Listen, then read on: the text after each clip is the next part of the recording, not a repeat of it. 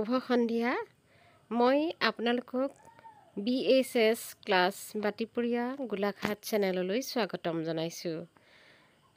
আমি এখন চিকিৎসা মহাবিদ্যালয়ৰ ভিতৰলৈ সোমাই গৈ আছিলোঁ। আমি দেখা পাইছিলোঁ চাৰিওফালে স্বচ্ছ আৰু আধুনিকতাৰ দৃষ্টিৰে নিৰ্মিত এই চিকিৎসালয়খন। চিকিৎসালয়ৰ প্ৰতিটো বিভাগ ইয়াত নিৰ্মাণ কৰা হৈছে আমাৰ জনসাধাৰণৰ কাৰণে। চৰকাৰে ইমান সুন্দৰকৈ পৰিপাটিকৈ ৰাইজৰ সুবিধাৰ কাৰণে, মোৰ সুবিধাৰ কাৰণে, আপোনাৰ, তোমাৰ, আমাৰ সকলোৰে কাৰণে, সুস্বাস্থ্যৰ কাৰণে, আৰোগ্যৰ কাৰণে এই বিদ্যালয়খন আৰু আমাৰ ডক্তৰ যিসকল বৰ্তমান হ'বলৈ গৈ আছে, ইয়াতে 100জন ছাত্ৰ ছাত্ৰীয়ে নিট পাছ কৰি এইবাৰ এতিয়া অধ্যয়নৰত।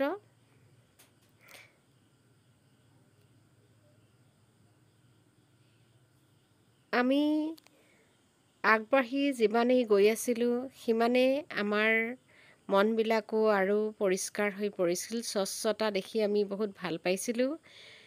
আমাৰ আহ্বান থাকিব, আমাৰ এই চিকিৎসালয়খন আমাৰ বাবে বনাইছে।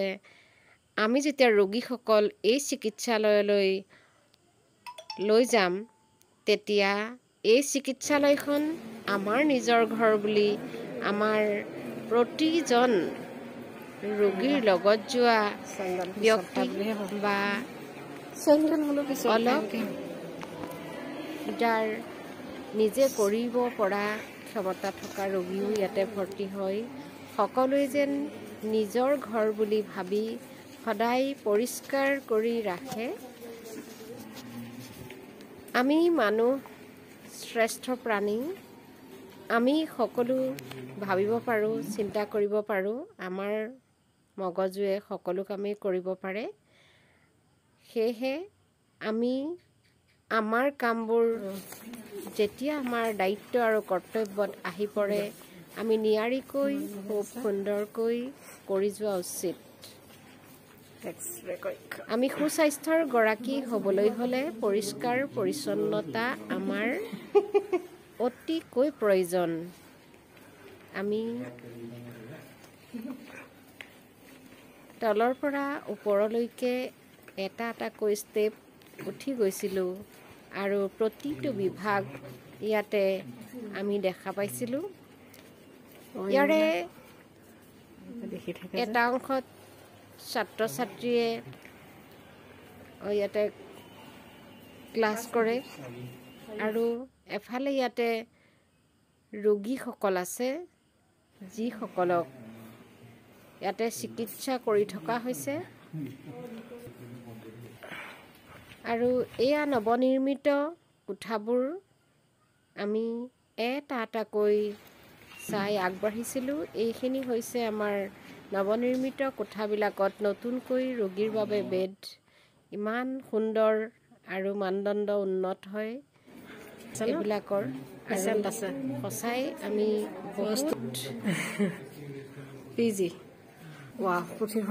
ধন্যবাদ জনাইছোঁ চৰকাৰকো। আমি যিহেতু ৰাইজৰ কাৰণে এই চিকিৎসালয়খন ইমান সুন্দৰকৈ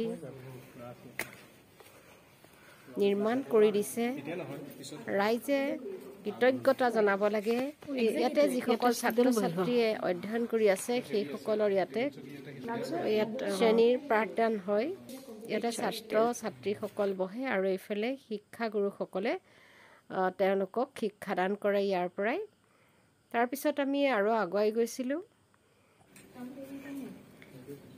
দেখিছিলোঁ কেওফালে পৰিষ্কাৰ মনটো এই বগা ৰংটোৱে পবিত্ৰ যেন আমাক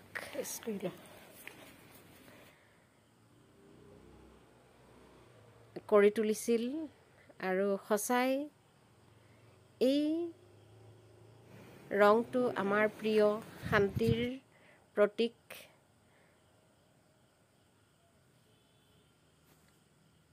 আমি একেবাৰে ওপৰলৈকে গৈছিলোঁ।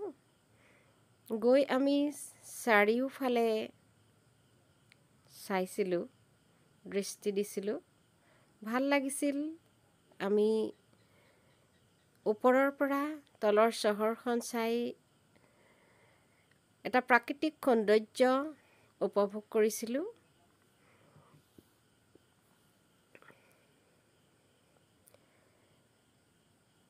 আমি আমাৰ এই অনুষ্ঠানসমূহ, এই ঠাইসমূহ, এই কোঠাসমূহ আমাৰ বুলি ভাবি আমাৰ যি দায়িত্ব আৰু কৰ্তব্য আমি সদায় পালন কৰি যাব লাগে।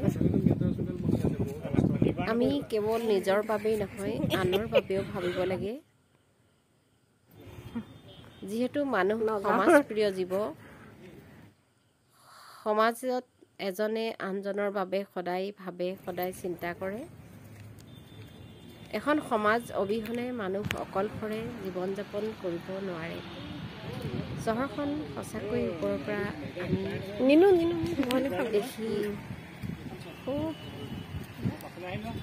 ভাল পাইছিলোঁ, আনন্দ উপভোগ কৰিছিলোঁ। যিহেতু সন্ধিয়াৰ সময় আছিল, কেউফালে লাইটবোৰ জ্বলি উঠিছিল। এই সন্ধিয়া আমাৰ বাবে এটা স্মৰণীয় মুহূৰ্ত হৈ ৰ'ল। আমি চাৰিওফালে চাই এই প্ৰাকৃতিক সৌন্দৰ্যবোৰৰ যি মনোমোহা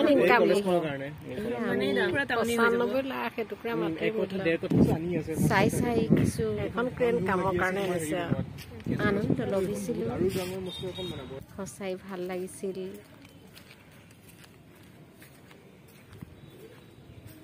আমাৰ ৰাজ্য এনেদৰে আৰু আগুৱাই যাওক। আমি আমাৰ বাবে যি অৱদান আমি পাইছোঁ, সেয়া আমি সদব্যৱহাৰ কৰিব লাগে। সৌৱা দূৰৰ যি লাইট জ্বলি আছিল, সেয়াও দেখি বহুত ভাল লাগিছিল।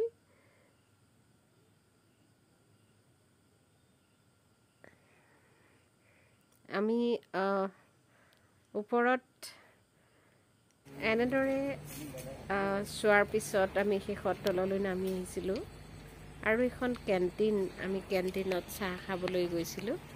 কফি আৰু চকলেট এনেদৰে আমি খালোঁ।